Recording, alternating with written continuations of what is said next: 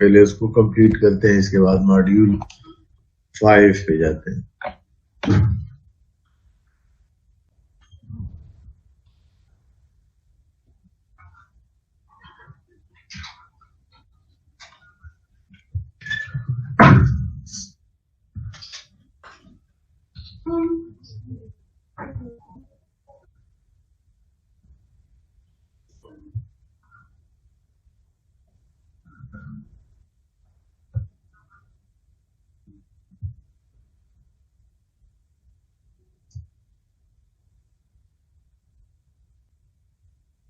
तो मुझे जहाँ तक याद पड़ता है, last time we discussed various types of dam systems, which are critically dammed system, over dammed system, and under dammed system. And as we discussed that critically dammed system and over dammed systems are of no use from civil engineering point of view, and the only type of system which are of interest to civil engineers are under dammed systems. That is the dammed system in which the damping ratio is less than 1. So in the next slide, I am providing approximate damping ratio for various materials. If we have various structures, but the stresses are low, not more than half of the yield point or ultimate strength, then damping ratio for welded steel, pre-stressed concrete or reinforced concrete design which has light cracking, the damping ratio is 2 to 3%. And reinforced concrete structures with considerable cracking have relatively more damping ratio, 3 to 5%. And in case of bolted or riveted steel and timber structure, the damping ratio is 5 to 7%. However, if the stresses are high, if the stresses are in the vicinity of yield point or ultimate strength, then the damping ratio for same material are increased, because with the increase in stress, the damages or extent of cracking increases. Consequently, the damping ratio will increase. So as I discussed, that from civil engineering point of view, we are interested only in under-damped system. Therefore, in the coming slides, we will discuss a response of under-damped system when subjected to free vibration.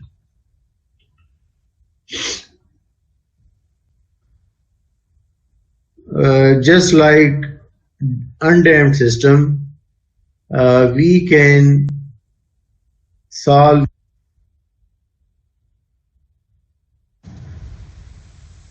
to the second order differential equation for underdamped system is of this type, in which A and B are constants which can be determined by initial conditions. And omega D, which is known as damped natural frequency, is undamped natural frequency into 1 minus zeta square under root.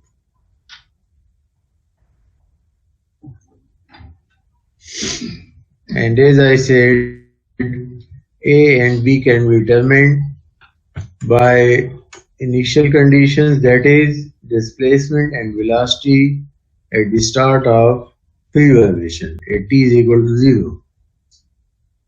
And if we determine these values and substitute in this equation, the final equation is is given below. From this equation we can find the displacement response of underdamped system when subjected to free vibration. And just like undamped system, we are interested in peak dynamic displacement, because once we calculate peak dynamic displacement, we multiply it with the stiffness and we get the value of peak equivalent static force. So the dynamic displacement for underdamped systems, the peak value of dynamic displacement for underdamped system can be calculated from this equation. Once we calculate u0, we multiply it with K to get the peak value of equivalent static force.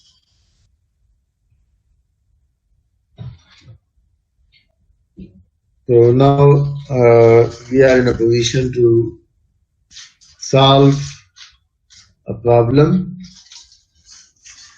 and we will resolve the problem 4.2 for damping ratio of 5%. If you remember, in problem 4.2, we were having a frame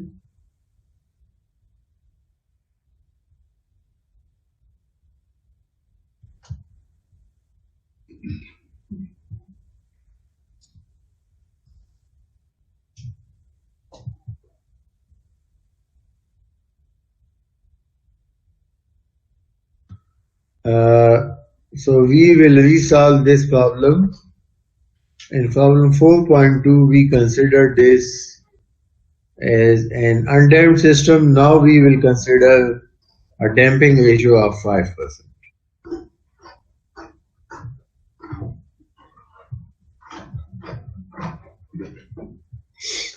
So as we calculated natural circular frequency in problem 4.2, which was 34.79 radian per second. From this we can calculate damped natural frequency, which is almost same. Omega n is 34.79, omega d is 34.77. The insignificant change is due to the reason that damping ratio is small. If zeta is 0.05, zeta square will be 0.025, and 1 minus zeta square will be 0.997. Under root of 0.997 is almost equal to 1. So that is why there is no significant change in the values of these two frequencies. From this we can calculate the value of viscous damping coefficient. Damping ratio is viscous damping coefficient divided by 2m omega n, or C is equal to zeta into 2m omega n. Mass is given, omega n is calculated. Zeta is 0.05, so we can calculate C. And we can substitute this value in the equation of motion for undamped system subjected to free vibration. This is equation of motion for damped single degree of freedom subjected to free vibration. And few slides back we calculated, we derived an expression for finding the response of underdamped systems. Using that solution, we can find the displacement response of the system with this equation of motion. And this u of 0, which was given in problem 4.2, was 0.002 feet. U dot of 0 was 0.3 feet per second. omega n, omega d are just calculated. Omega n was calculated, omega d is just calculated.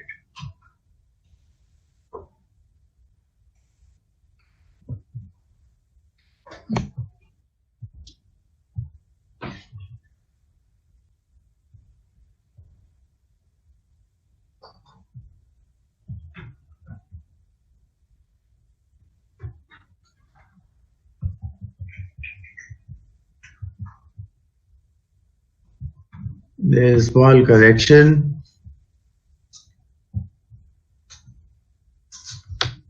This is 0.003 feet per second.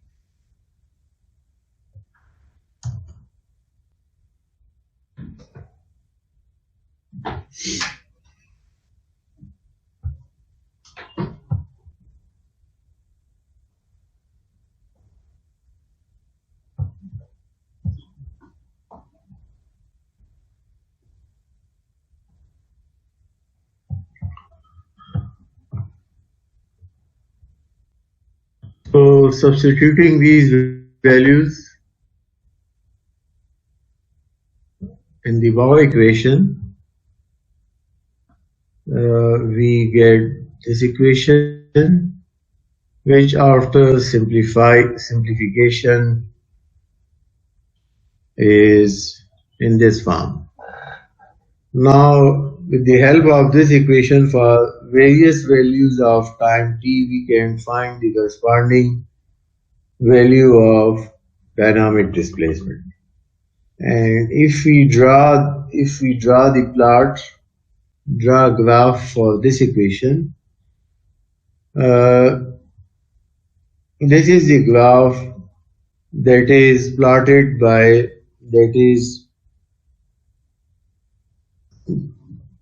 by using the previous equation, this one. Now you can see, due to damping in every cycle, the peak dynamic displacement is decreasing. In case of undamped system, there is no energy dissipation. Therefore, peak dynamic displacement remains same. Here, now due to damping, you can see the decrease in peak dynamic displacement in every cycle.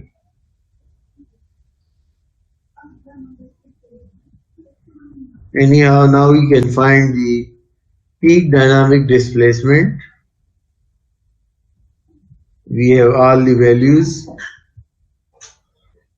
Peak dynamic displacement comes out to be 0.006 feet, and the corresponding equivalent static force is K into U naught is 24.8 K.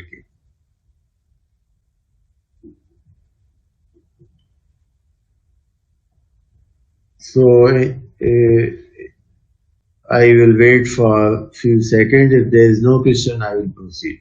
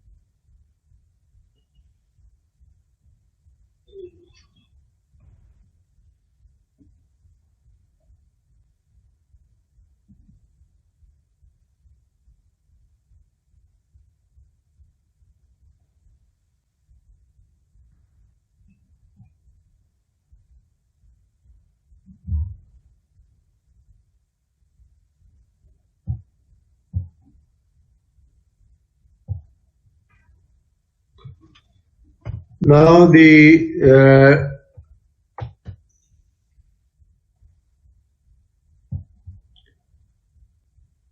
reduction in peak dynamic displacement due to damping is known as decay of response. And decay of response due to damping help us in calculating the damping ratio. If there is an existing structure and if it is required to find the damping ratio, we conduct free vibration test on the structure. We provide instruments in the structure before testing, and during free vibration we record the displacement time response of the structure,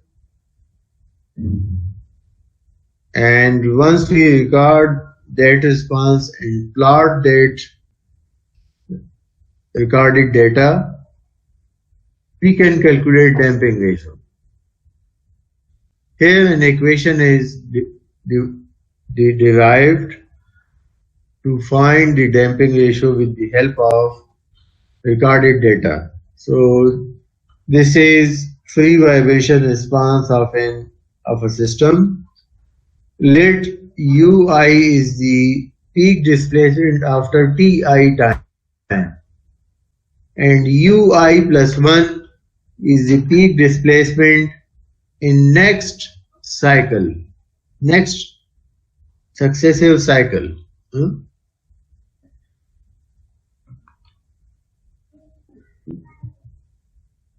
We can derive an equation that peak displacement after time E divided by peak displacement in next cycle is equal to e raised to power this expression.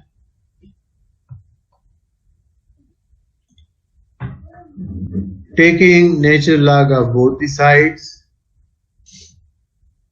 we get log of ui by ui plus 1 is equal to 2 pi zeta omega n by omega d. Log of ui by log of ui by ui plus 1 is represented by a Greek symbol delta, and this is known as logarithmic decrement of damping. And this expression can be used to calculate the damping ratio.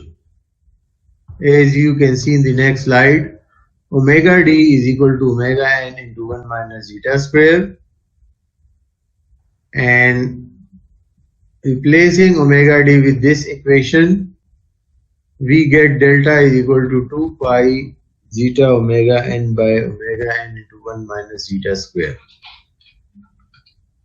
So if we have recorded two successive peak displacement, we can find damping ratio of the system from this equation.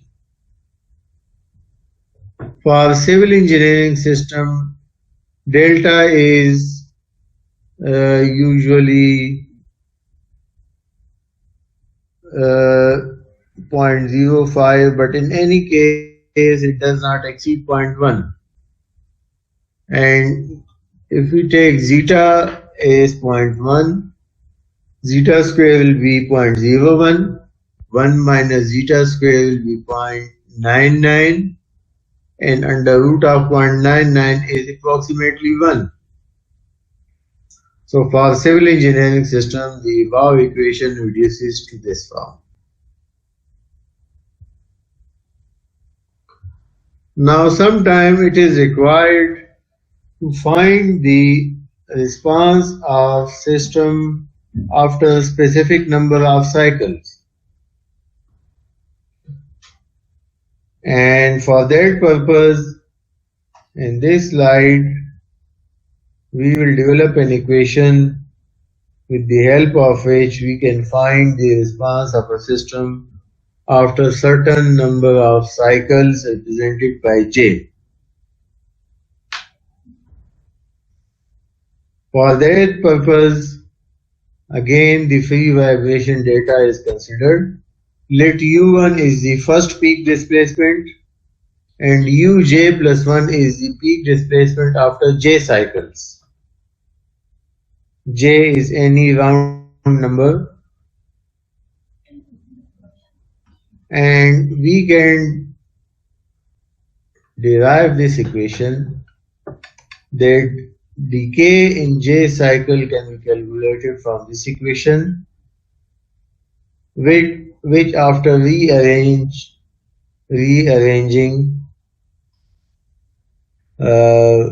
converts to this form. With the help of this equation, we can calculate the response after J cycles.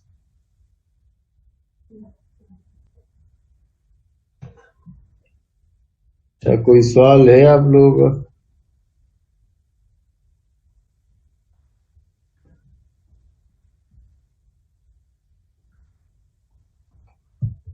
Okay, so let's proceed to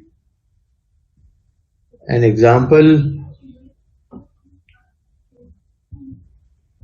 An empty water tank is shown and a free vibration test is conducted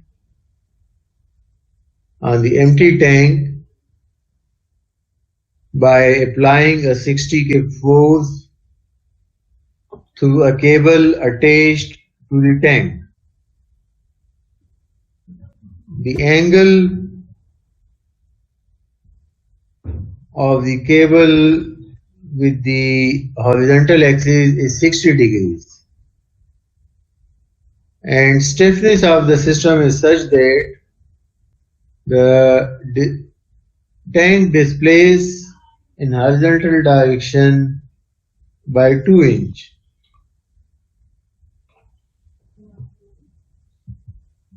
Having said that, the cable is suddenly cut, or it is suddenly released from the source. By doing so, the strain energy stored in this tank will start transforming into kinetic energy, and vice versa.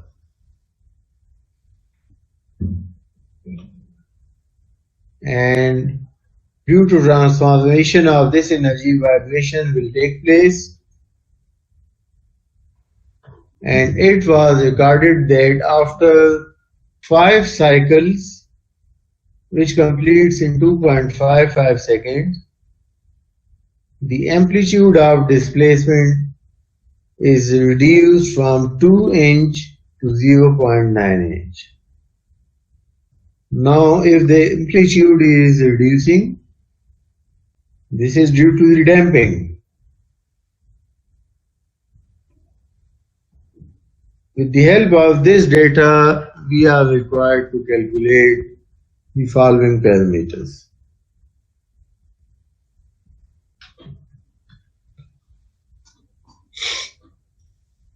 So we will solve this problem by taking start with by calculating damping ratio, zeta. So it is given that after 5 cycles, the peak dynamic displacement is 0.9 inch. So J is equal to 5, Uj plus 1 is 0.9 inch, U1 first peak dynamic displacement, the peak dynamic displacement in first cycle is 2 inch, and we can apply this equation to find the value of zeta. J is 5, U1 is 2 inch, Uj plus 1 is 0.9, the only unknown is zeta.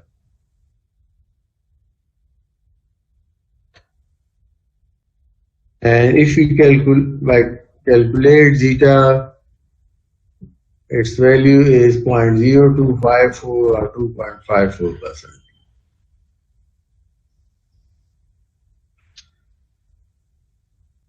Next, it is required to complete the natural time period.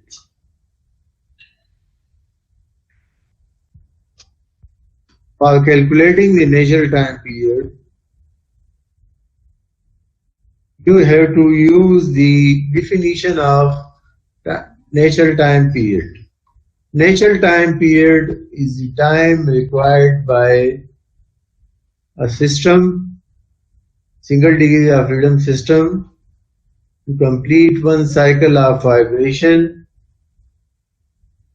during in the absence of force, that is during free vibration. Here it is given that 5 cycles are completed in 2.55 seconds. It means one cycle will complete in 2.55 divided by 5 seconds.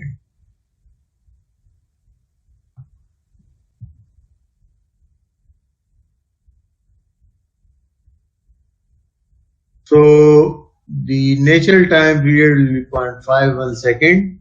But remember, this time period involves damping. So this is damped natural time period. With the help of damped natural time period, we can find simple Tn natural time period. We have this equation: damped natural frequency is natural frequency into 1 minus zeta square. Taking reciprocal of both sides and multiplying with 2 pi, we arrive at this equation. Now 2 pi by omega is t. Therefore, Td will be equal to Tn into 1 minus zeta square divided by Tn by 1 minus zeta square under root. Or Tn is equal to Td into 1 minus zeta square. Value of zeta is just calculated. We can find Td is also calculated. We can find Tn, which is almost same because damping ratio is very small. Therefore, there is no significant change in the values of Tn and Td.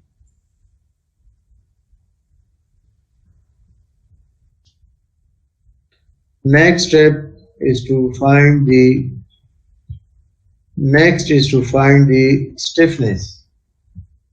So for that purpose, we need to apply the definition of stiffness. Stiffness is force required to produce unit deformation.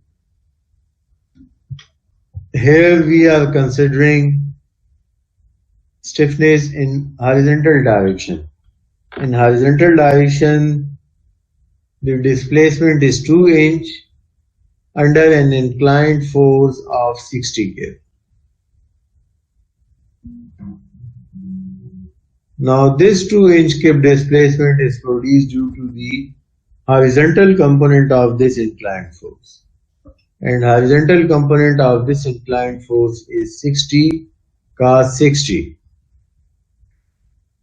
Stiffness will be therefore 60 cos 60 divided by 2.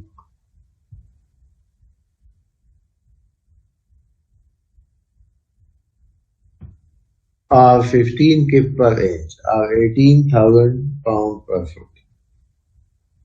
Next is to calculate the weight of empty tank. So there is a relation between Tn and mass.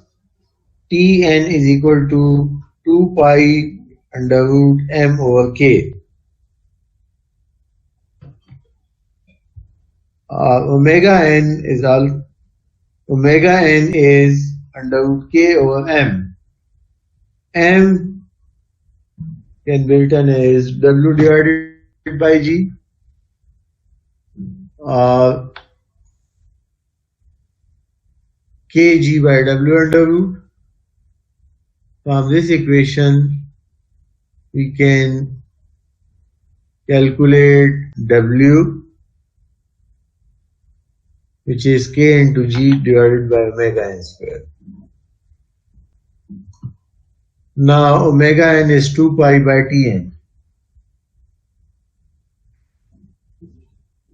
Substituting the value of omega n, we have w is equal to kg into Tn square by 4 pi square. K is known, G is constant, Tn is also known. So just insert those values, you will get the weight of empty water tank, which is 74.9 K. Then viscous damping coefficient,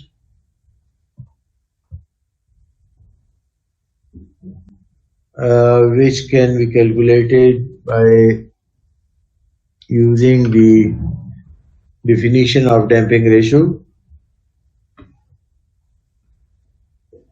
and which is 1455.3 pounds second per foot square per foot. And finally, number of cycles to reduce displacement amplitude from 2 to inch. That is, in how many cycles it is required to calculate the number of cycles such that the displacement, which was 2 inch at the start of free vibration, reduces to 0.5 inch. So we have developed an equation. From that equation, we can calculate the number of cycles, which is 8.69. Now, number of cycles shall be a round number, so rounding 8.69 will give us 9. So with this, module number 4 is complete, and you have already been assigned first home assignment, which you need to submit in 1 week time. And if your assignment is late even by 1 minute, it will not be accepted. You have enough time, so there is no excuse for not submitting assignment on time. अब अगर आप लोगों में से कोई जाग रहा हो तो सवाल पूछ सकता है.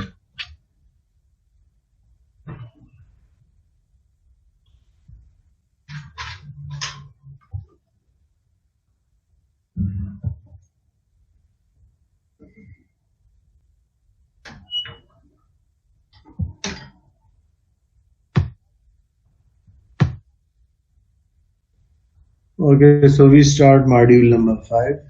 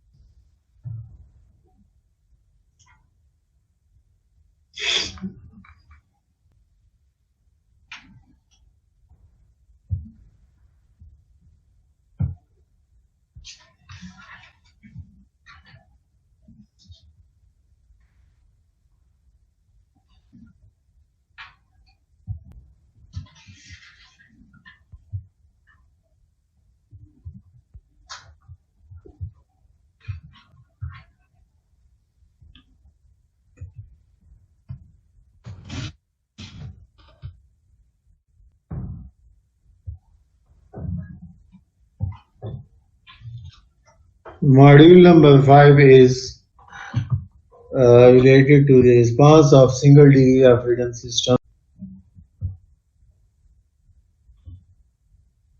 In this chapter, we will discuss response of single degree of freedom system when subjected to harmonic forces, that is, the forces which change with time in the form of a sinusoidal curve.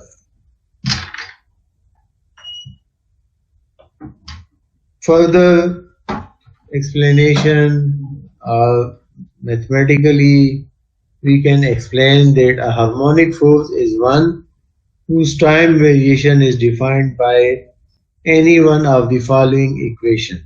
P of t is equal to P naught sine omega t और P naught sin cos omega t.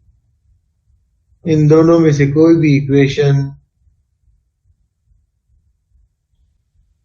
से अगर आपकी harmonic force की time variation आ रही है, कोई भी equation अगर से जो वेरिएशन आ रही है तो वो हार्मोनिक फोर्स को रिप्रेजेंट करेगी. And this P naught is the amplitude of harmonic force and omega n is the frequency of the force. This is not natural frequency, it is circular frequency of the force, which is also known as exciting frequency or forcing frequency. And with omega we can find the value of t, which is known as exciting period or forcing period, which can be defined as time required by a harmonic force to complete its one cycle, not one cycle of vibration, but one cycle of the force.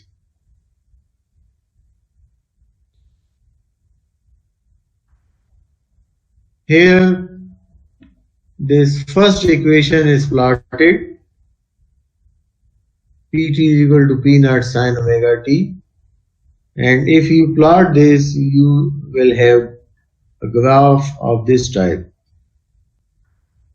In this P naught, peak value of harmonic force, and T is time required by the force to complete its one cycle.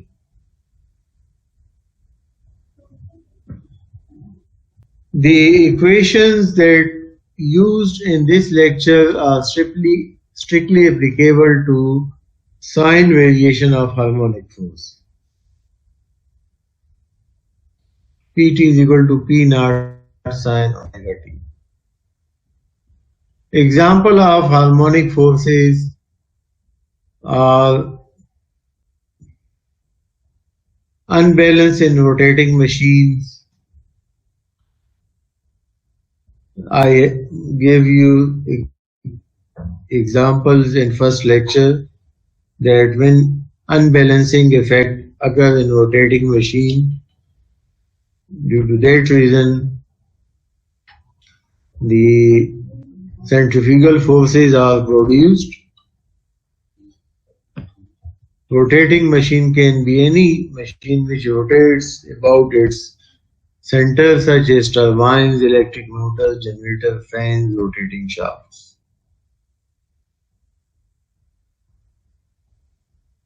Now, just like previous lecture, we will first discuss the response of undamped system subjected to harmonic force, and then we will discuss the response of damped system subjected to harmonic forces.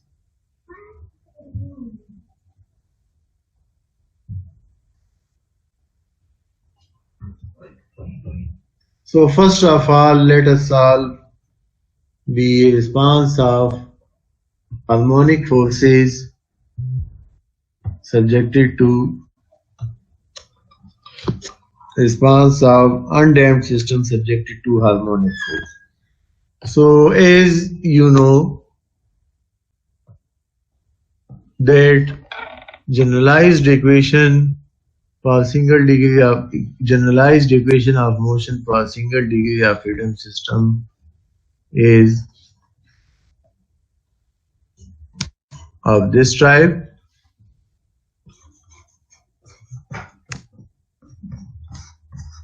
If the system is undamped, this C is zero. If the forces are harmonic force, P of t can be represented by this equation, and the equation of motion for such system is of this type.